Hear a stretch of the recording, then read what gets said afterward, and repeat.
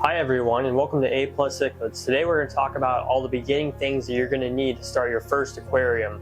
Talk about the supplies that you need, where you can get them, what's the most cost-efficient plan that there is for getting aquariums started up and going. Alright, so let's get started. First thing we're going to talk about is the actual aquarium itself.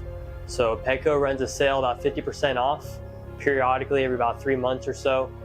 So make sure you keep an eye on that. That's the cheapest way to get an aquarium for retail side. And then the size of the aquarium, they go up to 75 gallons you can get from Petco, all the way down to like a 2.5 gallon. So that's the cheapest place to get the actual glass tank itself. So next thing to talk about is the lid. So lids are actually very expensive. So if you get a glass lid, it's relatively close to the same cost of some of the smaller tanks. You can also make them out of polycarbonate sheets. So something I've done is I actually look on Amazon and I can get some of these polycarbonate sheets in different thicknesses, and you can cut them down to the size of the aquarium, and that works pretty well. So one of the lids is just as expensive as the tank for some of them. And then talking about the stand, so you can build your own stand. That's one of the best ways to do it, out of lumber, if you have the skill set to do that and the equipment. As far as some of the stands you buy online, they're pretty cheaply made as far as how sturdy they are and things like that. So even if you get some of the iron stands that are welded together, it's still pretty wobbly. So what I'd recommend for the stand is building your own if you're capable of doing that. If not, there's a Petco brand stand I can link in the description that I have. It's for like a 40-gallon size tank and some of the smaller ones, and it seems to be very sturdy, but most of the stands that I get that you build yourself are pretty weak as far as ordering online. So the next thing you need is a heater. So a heater is one of the most important things, and a lot of people don't know that, but keeping your fish at the temperature that they need to be successful is going to help them fight off diseases and help them be the most successful they can possibly be. So a lot of times people you hear say they don't use a heater and things like that, but heaters are very important, especially for keeping cichlids and things like that. They need the same temperature they have in their natural environment. And it'll help them fight off illnesses and help them to stay healthy during the duration of you keeping them. So heaters are very important. As far as getting a good heater, it's very few heaters out there that do not have issues or problems. So in my opinion, I would get a heater that's on the medium to lower cost, just because they all have issues getting stuck on and off. So what I also do is I get the heaters that have a digital reading of the temperature that's in the water. So that way it's a key point indicator as far as seeing when there's an issue or not. So I get this one on Amazon that I'll link in the description. It has a digital temperature connected to them, and it'll say on or off. And that's a good indicator to see if it's on and the temperature is lower than your set point and it's not getting to the set point, then it's a good chance that it's stuck off. Most of the heaters that I see, when you have an issue, they get stuck off and not stuck on. So if they get stuck on, most fish can handle heat, so you're not going to boil your fish alive. I've seen people say things like that, but that's fairly untrue. Your fish can handle a lot of heat and it doesn't really affect them that badly. It's more the other side of the spectrum when they get too cold. When they get too cold, they can have issues as far as fighting off diseases and being successful and having a good metabolism and things like that. So what I would do is I would just get a cheaper type heater and then also just be ready to replace it if you see there's an issue. I had a couple of more expensive heaters I have, like my discus tank and things like that. They are a little higher priced. They seem to be working pretty well, but I never would guarantee a heater's not going to go out over the course of a year owning it. But heaters are very important. So then talk about filters and air pumps and things of that sort. So if you have any aquariums that are 40 gallons and under, I recommend using just sponge filters and just an air pump. The reason I say that is a lot of these hang-on back filters, they're just very poorly designed for what the fish need. And they try to make it look very efficient, where you have throwaway cartridges and things like that. They talk about a lot of the chemical filtrations and things like that. And to me, those aren't very important. What I've always done for 40-gallon aquariums and under is using just air pumps and just sponge filters. It's less expensive, it's easier to clean, and it's easier to maintain. If you get the hang on a back filters, they have throwaway filters, but they become very expensive. and really you're not getting much surface area in those hang on back filters. If you get a large sponge filter, you get a little bit more surface area, and also using less electricity. And if you have a hang on back filter, it doesn't really do a whole lot for oxygenating the water for your fish, which means you may need an air pump still. So you can kill two birds with one stone and just get an air pump and a sponge filter, and that'll be your filtration for your mechanical filtration and your biological. And then also on top of that, you only have to use one source of energy, which is air, rather than having to use hang on back filter and also an air pump. So that's what I would do for 40-gallon aquariums and under.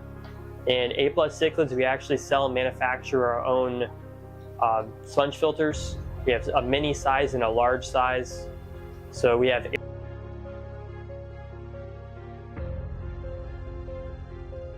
air stones in them, so you get smaller bubbles. It helps with oxygenating the water, and it gives you lift at the surface, which will help with giving you surface agitation, which is actually the oxygen exchange from the air to the water. And if you get some of the store-bought type sponge filters, they have large bubbles, and the large bubbles are very noisy. And if you get one of our sponge filters, they're quiet, and that's very important to also enjoy the aquarium where it's not noisy and you can hear it from the other room type thing. But if you have over a 40-gallon size aquarium, I would recommend going with a canister filter. This is a beginner's type video, so I wouldn't really talk about sumps and things like that. But for most of my larger aquariums, I use sumps or canister filters. So once you get to that size aquarium, it's better to have a larger area for beneficial bacteria to grow. So that's why I would recommend canister filters. And you tend to overstock aquariums once you get over 40 gallons. So typically those larger filtration systems are more beneficial. But for the beginners, what I would do is I would just get an air pump, and normally they have more than one output of air. So you can do one sponge filter and then one air stone, and it should be good for all those smaller aquariums. I would never buy really a hang on back filter. Even the larger hang on back filters, I'm just not a big fan of. All right, so moving on to wave makers. So wave makers are more for all those aquariums that are 40 gallons and larger. So there's a lot of benefits to a wave maker. First thing it does is it actually moves a lot of the waste that sits on the bottom of the aquarium. It'll blow it around to where it can reach the sponge filter or reach your canister filter.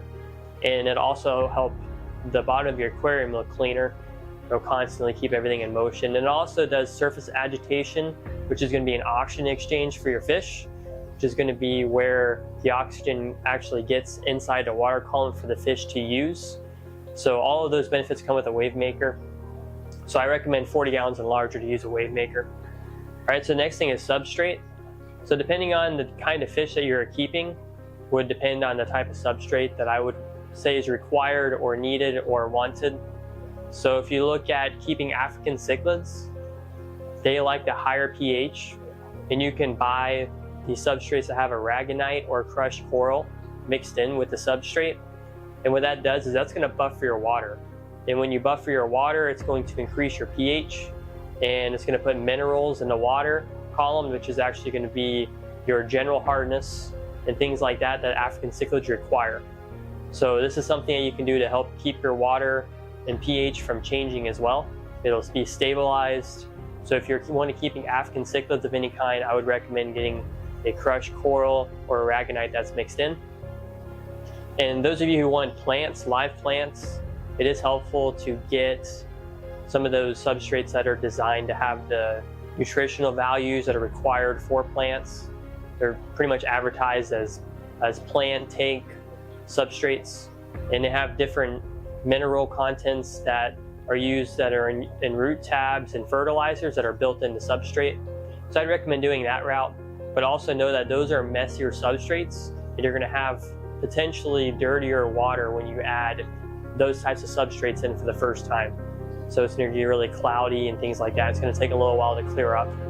Other than that, you have sand and you have gravel. So those are kind of the basic ones you're going to see online that there's a lot of options on. So either one's really okay. I think if you use sand, you're going to really want to keep more of the cichlids and things like that. They more like that sandy substrate. But if you're doing like tetras or any kind of live bearer, those kinds of fish, the gravel may be better. I can tell you the gravel is easier to clean, just because when you have to do a thing called gravel vacuuming, which is where basically using a siphon to suck any of the waste that's inside the gravel. Sand is a little bit more difficult, but also sand's not going to absorb those waste as quickly. It's going to kind of sit on the top of the sand rather than the gravel. It's going to get down inside of it towards the bottom of the aquarium. So there's pros and cons to it. If you have a wave maker and you have sand, it really helps to keep the sand clean and things like that. It's easier to maintain. So it kind of depends on the fish that you would want. Gravel is cheaper, sand's a little more expensive. You can do some of these different alternatives. You can get, like, there's this black diamond dust that you can get from Home Depot or Lowe's. Some people have used those, but the gradient is very thin, which means that the filter can potentially suck up some of that dust, and it moves with the water column a little bit more. It's like African cichlids, they kind of dig, and they're going to constantly move that dust, and it's going to cause an issue with your filter, and potentially it's just going to be in the water column at all times, and it's going to be messy. Other people, they get like play sand and things like that from like pool stores or Home Depot, and those work okay. You have to make sure you wash it really well. Basically washing, it's putting it into a 5-gallon bucket and then just kind of washing with the water. You can wash it several times to get any of the mixed in filth out of it. So it's going to be dirtier when you put it into the water, and it's going to take longer to clear up, but it's a lot cheaper.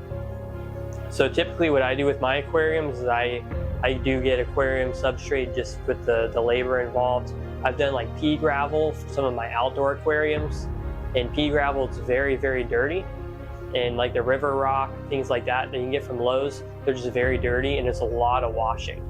And it's going to take a week or so to clear up in your water, even with water changes. So I would recommend sticking with the aquarium substrates and just pay a little bit of extra money, but I would definitely not pay more than $1 per pound.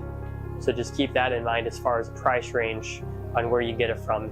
I know Amazon's kind of expensive, just mainly with delivery and it being like 20 or 30 pounds of substrate. So you look at Chewy and some of those websites, or even those big box stores in stores, might be a little bit cheaper with coupons and things like that. All right, so moving on to just some of the chemicals that you may need for starting up an aquarium. So the most important thing you're going to need is some sort of dechlorinator called water conditioner. So the one that I use Fritz Complete. So that's the specific one that I use. A very popular one is Seachem Prime. It's a little bit on the higher price side in my opinion. So you can get a lot of different cheap ones. API makes a couple cheap ones and things like that. They all do about the same. But you want to make sure you use water conditioner every time you add water into the aquarium. So if you're doing a water change or even topping it off from evaporation or something like that, you want to add water conditioner. That's going to dechlorinate your water. So city water, if you get water from, most people get city water, they don't live on a well and things like that. So you're going to have to pull the chlorine and chloramine from the water and any of the heavy metals that are put in from the city plants. So you want to use that dechlorinator to make the water fish safe. If you use water from a well, I would still run some sort of pre-filter or something before the water goes to the aquarium. You can get like whole house filters, do reverse osmosis, which is a little more complex, but basically I would still do water conditioner even if you have well water, if you don't use a pre-filter, just to make sure there's no heavy metals or anything potentially in the ground where the well water is coming from that isn't a natural thing for the fish. Because these fish come from rivers and lakes where some of these types of chemicals may not be where their natural environment is. So for the majority of you, you're going to use water conditioner. You have to have water conditioner in order for your fish to survive, because chlorine and chloramine will kill your fish. All right, so then talk about some cycling methods. So there's some chemicals that are used for cycling a tank. So basically what this is talking about is when you start an aquarium from the beginning, there's certain things that are not in the water that make your water healthy. So they're called beneficial bacteria. So basically this is only developed in an aquarium with time. So this is something that is in a natural environment for these fish. and it makes the water healthy for them. So basically, you're going to have waste from the fish and excess food that's not eaten, and plant matter or any kind of filth in the tank, which is going to create ammonia. And there's this thing called a nitrogen cycle, which I'll have a video out to explain it more in depth. But basically, you have a thing that's called ammonia that builds up from the waste, and this ammonia is going to kill your fish. And you have to have beneficial bacteria in the aquarium in order to convert this thing called a nitrogen cycle, which makes this ammonia turn into nitrite, and then over time goes to nitrate. So basically, it's a natural cycle that just happens, and you don't really have to do anything other than building this beneficial bacteria. So that's the main thing that you need in order for this nitrogen cycle to happen. And then the other side of this is you don't want to have a lot of ammonia in your aquarium, and you have best practices to prevent ammonia buildups, and that's going to be overfeeding, and then not doing water changes, and pretty much not cleaning your tank ever. All of those can kind of build up ammonia to a level where your beneficial bacteria cannot keep up, or just you have an uncycled tank. So basically, a cycled tank is just going to be a time lapse where beneficial bacteria can grow. So how to grow beneficial bacteria? So something I recommend is you can put some chemical that'll help boost the process. So I've used Seachem Stability. That seems to work decently well. The one that I recommend the most is Fritz 7. So Fritz 7 is basically beneficial bacteria in a bottle. So when you add that into your aquarium, you don't want to change the water for about 7 to 14 days. The reason I use that time frame is you want to let this fertilizer type bacteria sit in the aquarium long enough to do more than just in the water column and out of the water column. So this type of beneficial bacteria isn't going to stay in the aquarium. This is just kind of like a supplement for it. So basically, this is just to jumpstart the tank. And if you do a water change immediately after adding it, you're just taking what you just put in right back out of the aquarium. So it's not really doing anything. And you also want to do this process with no fish in the aquarium. So what I recommend is setting up the aquarium as if there are fish in it, and add this type of supplement to help your beneficial bacteria grow. Wait 14 days, and then you can add your fish. If you are impatient, like most of us are, which I've done the same, I've been impatient, I just want to add fish in, then there's a good chance you can lose your fish. And basically, you're just going to have to wait those 14 days out. But I would recreate the environment as if there are fish in there. You know, have your lights on when you want to have your lights on. Put a little bit of food in there. You want to have some sort of ammonia in the aquarium for this beneficial bacteria to actually do its job and to grow. So you have to put either some kind of fish food in there or any kind of type of waste for these fish for this process to happen. So I'd recommend just dropping some fish food in. You don't have to do it every day, maybe every 3 or 4 days, and that'll help this process happen. And then you have to figure out how to measure this ammonia, nitrite, and nitrate in beneficial bacteria. So beneficial bacteria you cannot measure, but you can measure ammonia, nitrite, and nitrate. So there's different ways of doing this. I would recommend spending the $25 on an API test kit. This is a liquid test kit where it'll last pretty much forever. You can really never use all of these liquid bottles up. They'll last for a very long time. And basically, this is the most accurate way of measuring what your water parameters are. But you can also do test strips. So it's like a little dipstick. You dip the stick in the water, and in about 3 seconds, it tells you where you're at. And it's a little less accurate. It's hard to tell in between the measurements just because of the colorations and your measuring tool. It's a little bit difficult. But if you use the API test kit, the liquid test kit, it's very accurate and you can really see what's going on in your water. But basically the test strips work as well. Basically what you're going to look for in your testing is nitrite. If you see nitrite, which is not nitrate but nitrite, if you see that in the water, that means that your aquarium is not fully cycled. So basically what you're going to be looking for is 0 ammonia and 0 nitrite, and you want to see some nitrates. So nitrite basically is meaning that aquarium's not cycled. And ammonia, sometimes you can have ammonia in the aquarium with a cycle tank, but you should never see nitrite. That really is just telling you it's not fully cycled. So what I would do is I would test your water every 4 to 5 days during the cycling process, so maybe 3 times over the course of 2 weeks, and understand if your nitrite is gone. If you see no nitrite and you see nitrate present, then that means that your beneficial bacteria is doing its job and it's existing. So that's what I would do. And then as far as your nitrate levels, you're going to see a lot of things on the internet that are very low levels of nitrate are acceptable. But I've kept aquariums with very high nitrate and the fish are fine. Basically what's happening with nitrate is it's going to lower the growth rate of your fish, and potentially your fish can get sick more often.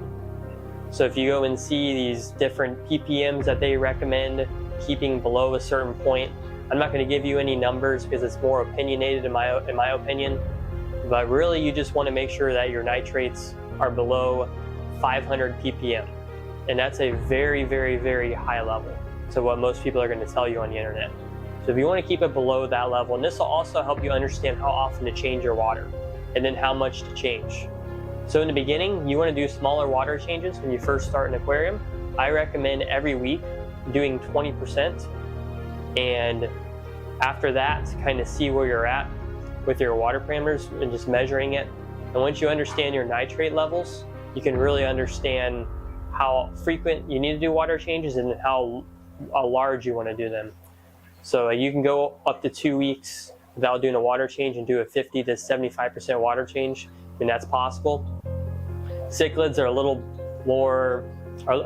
less touchy when it comes to water changes. Some of the tetras, some of those other fish that may not be as hardy may have different effects to water changes.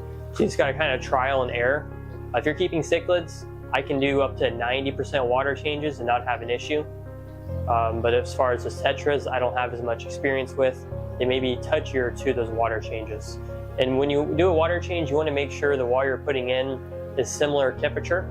You don't want 10 degrees off, because that can shock the fish.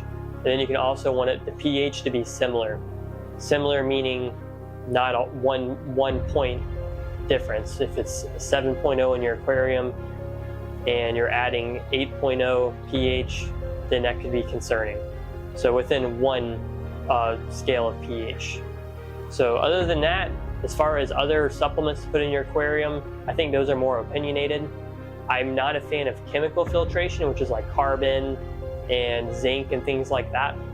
I run most of my aquariums without that. I really only just focus on mechanical filtration and biological filtration. And basically you can add carbon that can help with smells and odors and things like that, and the water clarity. Some people it's called purgin, and those things can help with the water clarity and things like that. But at the end of the day, water changes is going to really help with your water clarity, and then also just not overstocking and overfeeding. So those are kind of my beginner tips to starting an aquarium. Biggest thing is you got to wait those 14 days to start cycling the aquarium, because you want to start your aquarium in the best place possible, because you could potentially burn yourself out if you buy fish and then they die, and you buy fish and they die, and that could really harm you to getting into this hobby and enjoying the hobby. So I would try to start yourself off with success, and then also pay attention to where you buy fish from. So what I would recommend doing is buying fish from an online seller. I know that scares a lot of people and you got to pay shipping, but a lot of these big